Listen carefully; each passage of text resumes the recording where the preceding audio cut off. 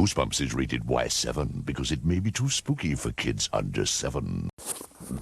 Hello, Goosebumps fans. Papa Arena did another one, and we're now talking about It Came From Beneath the Sink. This one has an episode, so no why not episode. It's a big thumbs up, but it's amazing that this one, I forgot all the other ones, but I'm pretty sure that this guy right here, this one, this freaking book to episode, they changed a whole lot of stuff. They changed so much. Not a lot, but seriously, they changed so much. They dropped so much stuff just to make sure that it actually works out. So, anyways, let's go with the book version. So, here's the book version. Book version, we got Kat and Daniel. They have a dog named Killer. They move from one house to another house that is 3 blocks away. It has 3 stories. Yeah, blah, blah, blah. And, well, the dog actually found, Killer actually found underneath the sink a sponge, and the two fight over it. Daniel actually got hit in the head. Kate notices that there's 2 black eyes on it, and let's see, tries to show it to her dad, and dad was actually at the ladder, and he fell off the ladder. Dad actually thinks Kat actually pushed him, and the sponge is throbbing. Kat's not in trouble because of that. The sponge actually was thrown away by her. Apparently, it's 4 days until her birthday, when she turns 12 years old. They put that in the book. Going to Wonder Park.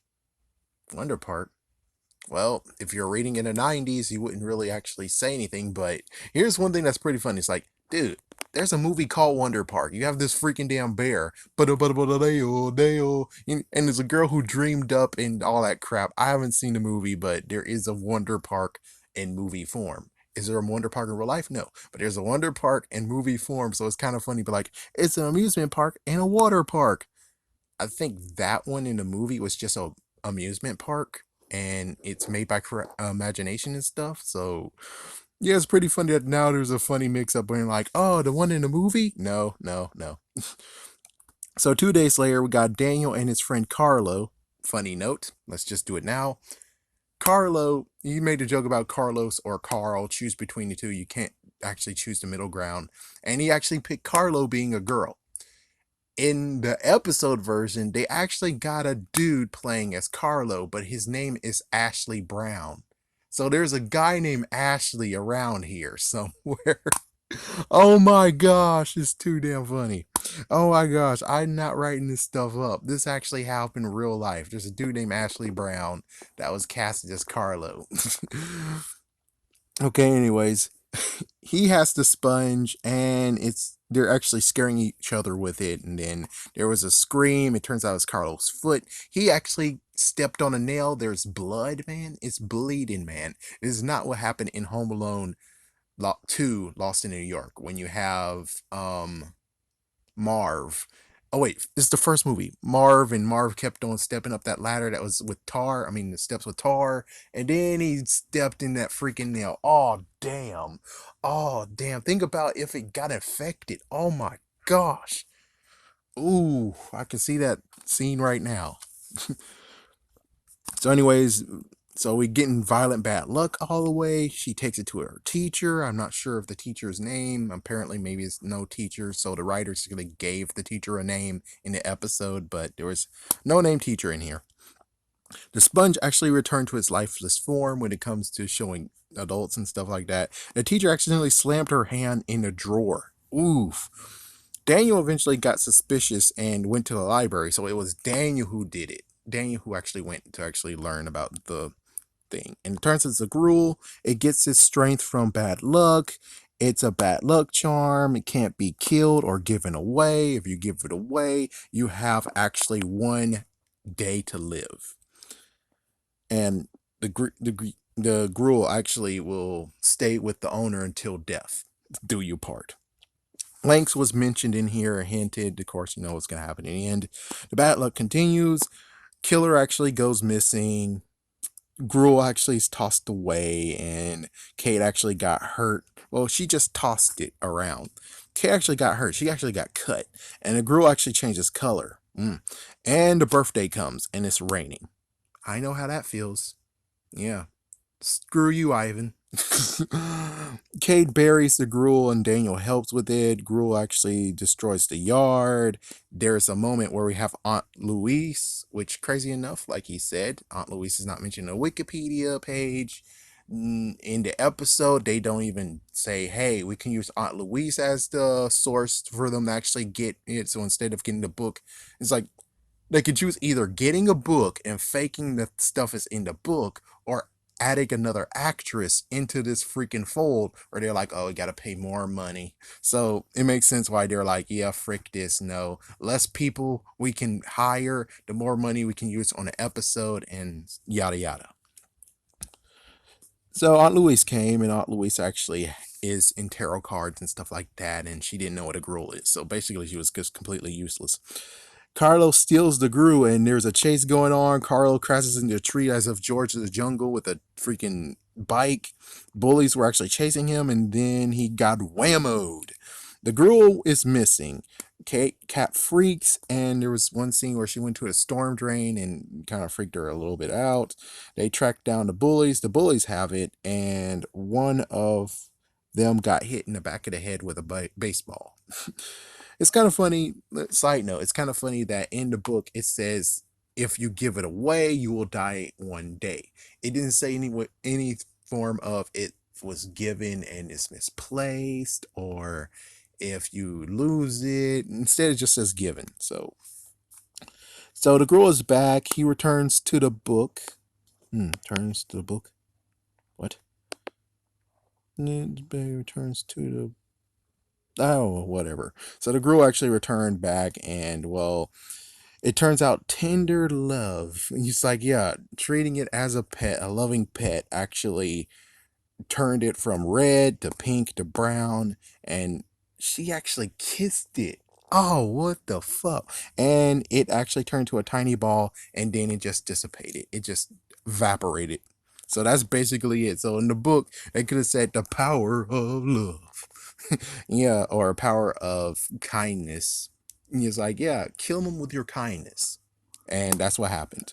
So the dog returns, killer returns, and there's a lynx in his mouth. And there comes, oh, good Lord. Here's the movie version. Apparently, I'm going to get arrested now from actually using the movie version. I mean, episode version. So I didn't actually notice, but I guess the first episodes of Goosebumps, they actually did some narration. Or I don't think all the episodes narrated, but they narrated this one. They narrated My Harry's Adventure. I think they narrated a little bit from Say Cheese and Die. So it's like apparently season one they did some narration stuff. I don't remember that was in Stay Out of the Basement. I don't remember that being in The Haunted Mask. But anyways, that's a thing. So like in the book, they moved, and Carlo is already there. They already showed Carlo's there. Carlo actually they built Carlo up to actually being the scientific mind of it all. He said that now it takes me 8 minutes and some seconds to get to your house. So it's like they're already establishing him being the one that is the researching type. So 3 blocks down, Kate is not happy to move here. She knew something was bound to happen that was bad. Killer actually smells something in the sink. She puts him out and then looks for herself, and well, she thought it was a kitty, and Killer actually is worried for her, trying to get in the house. Goes in again after grabbing a flashlight. Flashlight has issues, and there it is. My goodness, holy frick. It's like, oh, what the frick. So she left it there, backed away, and it teleported to by her side. So it's kind of funny. It's like this episode actually shows it moving, but apparently it moves very quick, fast and stuff. I don't know. It's basically like Ben Drowned, where you have Ben who just keeps on teleporting near you. So everyone actually comes after the other scream that happens. She screamed again, and Gruel actually remains silent to actually be like, oh yeah, she's an idiot. She's completely hysterical. The dad picks it up and he says it's just a normal sponge. And then all of a sudden, that he actually was holding fell to the ground. And apparently, it was an heirloom or something. Yeah, so they actually added something to this. It's like, come on, man. I'll talk about the messed up thing at the end that one person said about this friggin' episode, but let's just continue on right now. So the China went on the floor. The mom actually kind of snapped at the dog, saying, "Get that dog out of here!" It's like, what the frick? It's like, listen, the dog was not responsible for the place to fall, but she was like, "Get the dog out of here!" It's like the noise that the dog made didn't actually distract the dad. It's like, what the frick? And it's kind of crazy that they do have a dog in here because they kind of have issues of bringing dogs around. It's crazy that My Hair's Adventure happened. Yes, because they did definitely write out the dog in Lawn Gnomes. Yeah, Revenge of the Lawn Gnomes. So let's see. The dad actually throws away the sponge along with the china, so it's him who threw it away, not her. That night, the sponge actually goes to Kat. It actually goes while she's in the bathroom. Yeah, she's just washing her face, no nudity, which is kind of funny enough that the actress who played as her shows up in Freddy vs. Jason, and she's supposed to have a nude scene, but she actually got a stunt double. So too bad if you want to see her naked, but still, just noting just the fact of she doesn't do nudes. And good lord, just like, let's stop right here and not say, oh, you wanted to see that. It's like, no, no, no, I'm just saying, when it comes to bathroom scenes, don't expect anything. So the sponge somehow crawled, and that was cool. That was a cool motion how they showed it actually move. It somehow crawled all the way up to the banister of the towel, scared her crap out of her. She flung the freaking glass that was in on the sink to the ground. Daniel walked in, and well, he has glass in his foot. The mom came in, and just as she's trying to say, "Oh, the sponge was here. It's freaking acting nuts." So the sponge is nowhere to be found. Somehow the sponge was able to hide as fast as it goes. So I think it has some teleporting abilities. I'm pretty sure it has teleporting abilities. So the sponge ditched, and Cat cleans up all the glass off screen.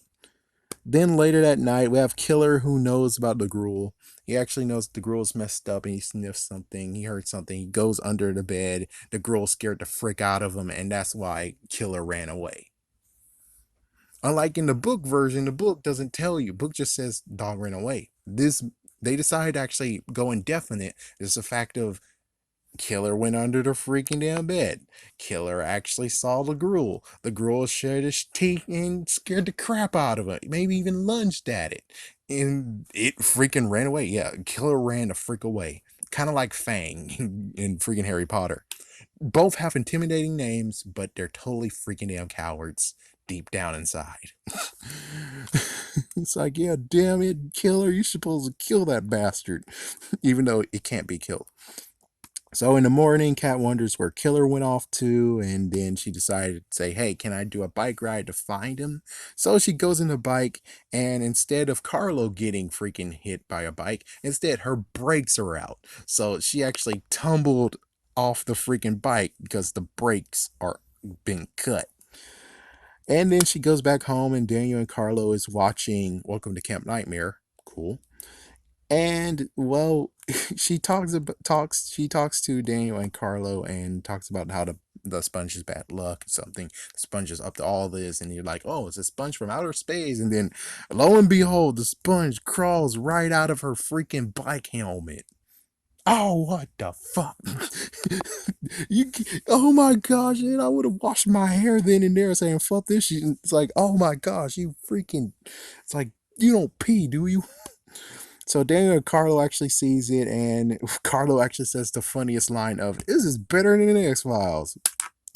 And Cat actually takes it. Oh yeah, it makes this noise. It makes some noise, and now it's making big noise because she got freaking I don't know what it's called, but she got tweezers, those big ass tweezers, and grabbed it and said, "Your damn lawn." That's what it's like. It's a horrible voice, horrible noise in that. And it's kind of funny how Carlo, while they were taking it to and dug a hole and did it, he's like, no, we need to do some research on it. And he's like, oh, never mind, frick this shit. And it's like, bury that crap. So they buried it. Then at night, Cat is outside, thinking there's brighter days ahead now, hoping that Killer can hear her squeak toy or his squeak toy. But I think in this version, even though Killer is supposed to be a he, they did not replace her collar. So her collar actually shows as pink. So I'm just saying. Just saying, man.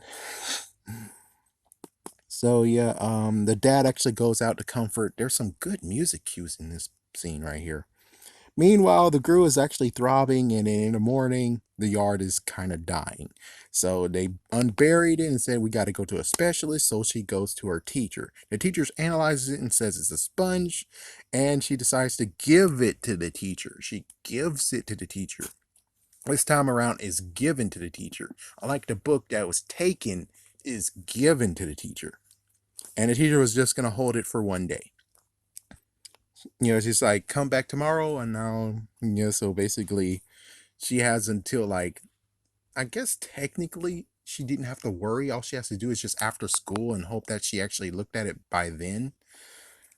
Well, anyways, she's, teacher says, check it out tomorrow. The freaking Gru actually popped a beaker. And then at night, Carlo actually got a book. Carlo this time. It was Carlo who got the book to actually research it. And well, it turns out it's a Gru, blah blah blah, and then he mentions a Larkin and says that it's kind of vampiric and it absorbs energy from the person, the victim, and well, she gave the Gru away, and now it's like we gotta get it back at night. So there's a janitor. The janitor's actually singing "Your Shine." They made it inside. The Gru is nowhere to be found in the lab. They look around, the janitor enters, the sponge is actually, because she was smelling, be like, yeah, so it turns out the Gru somehow made it into the janitor's freaking cart, and the janitor was using it as an actual sponge, which is like, ugh. I feel sorry for the areas and freaking surfaces he cleaned with it. Damn, you bastard. It's like, damn. So the Gru turned off the lights in the lab after the janitor turned it on. The janitor checked it out. He got knocked out. You know how, I guess technically in Scary Movie 3, where the dude actually had Yahtzee, he went up and boom, and now he's knocked out. Same thing with the janitor. So the janitor is knocked the frig out, and the kids check up on him. He's fine. Cat actually checks to see where the Gru went, and the Gru actually decided to go on top of the shelf. So he's on top of the shelf. She's on a rickety chair, and the shelf falls over. The rickety chair breaks, and of course, the freaking shelf had acid in it. It's kind of funny where I was like, in this episode, I'm like, is the Gru stupid? I mean, yeah, the Gru can't be killed, but I'm pretty sure the Gru can get poisoned. And you're gonna live your rest of your life poisoned off the wazoo, where you're like, oh, I feel better with bad luck. It's like, maybe bad luck heals you, but still, it's like, you can't just be like, oh, I'm freaking damn invincible. I'm pretty sure acid will burn your ass. It burns anything. It even burns Superman. It's like, gee whiz, you freaking little bastard. So, anyways, let's see. The exit is now blocked because of the Gru, even though I think it was two doors, but whatever.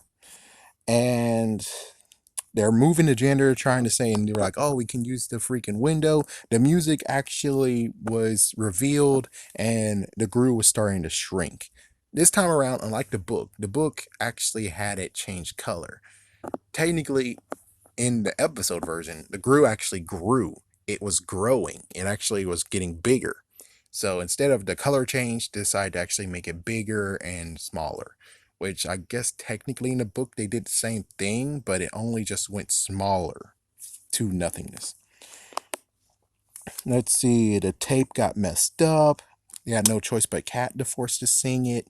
And yeah, just like in the book, but the book, she actually stroked it and was telling it compliments and stuff. So basically it was tender love, while this one, it's like, let's feed it compliments and sing and give it compliments. And the acid actually is doing some work too to make it smaller. And then the janitor's back up, and now there's freaking fumes. The janitor's like, I'll help you and save this. So he used the extinguisher to stop the fumes. And also the Gru actually got smaller too by that fire extinguisher as well. So the effects of the freaking chemicals affected the Gru too. So it's like, you shouldn't be cocky. It's like, you shouldn't be cocky, you little piece of crap. So now the Gru is now a freaking mud ball, but it actually revived itself because in the morning we see that the Gru is now officially a pet of cats. So now it has its own habitat.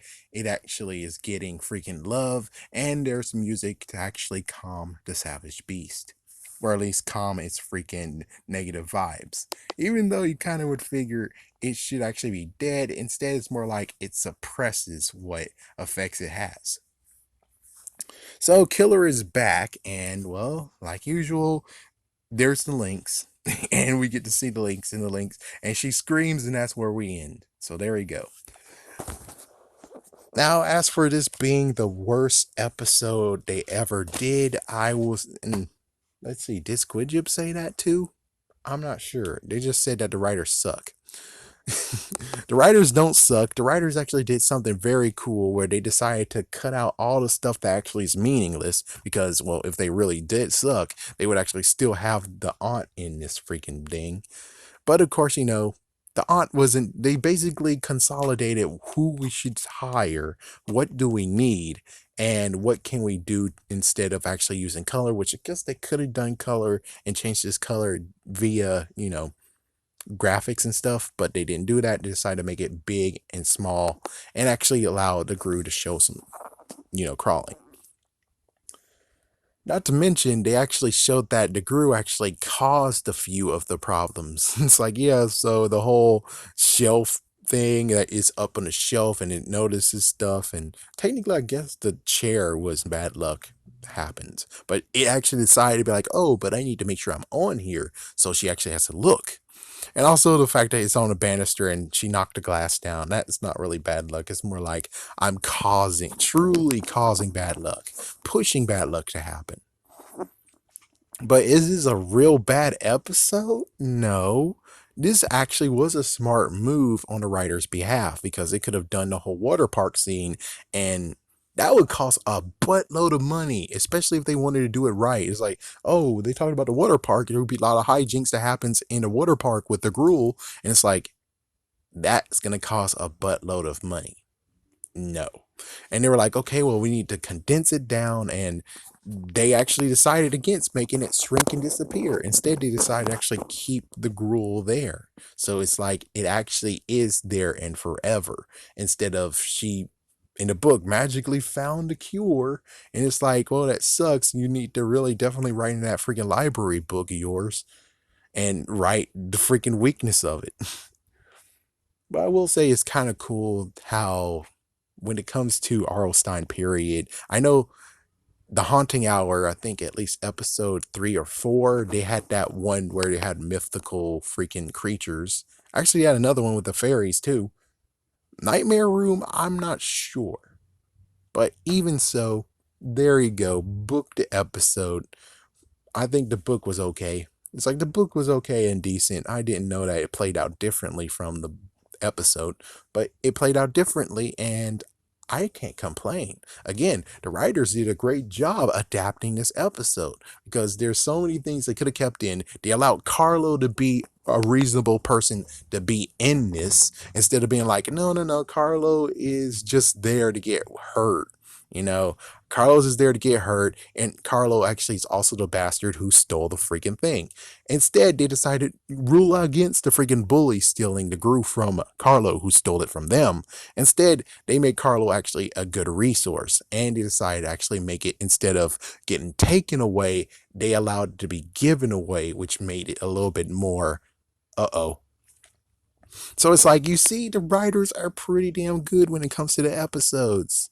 You need to stop slamming the writers. I mean, there might be some episodes they did bad, but look at all the stuff that they chose to do. They need the applause, man. It's like they needed the applause. They needed to have been in the freaking Goosebumps horror. Goosebumps Haunted Halloween. They should actually be a part of what's Pix Owl doing. They should be in that. It's like they should be somewhere where it's like, if you're adapting Goosebumps stuff and making Goosebumps movies or whatever, or spin-off stuff, you need these guys to be involved. But sadly, I think they're scattered to the wind. But they did a great job when it comes to, I'll say good job. I bet most likely it's great. And here you guys just slamming them, being like, it's the worst episode ever. Oh my gosh. It's like, mm-hmm. And you agree everything that happened in the book should be in an episode? Do you? Have a scary day and have a scary night. Happy Halloween, of course.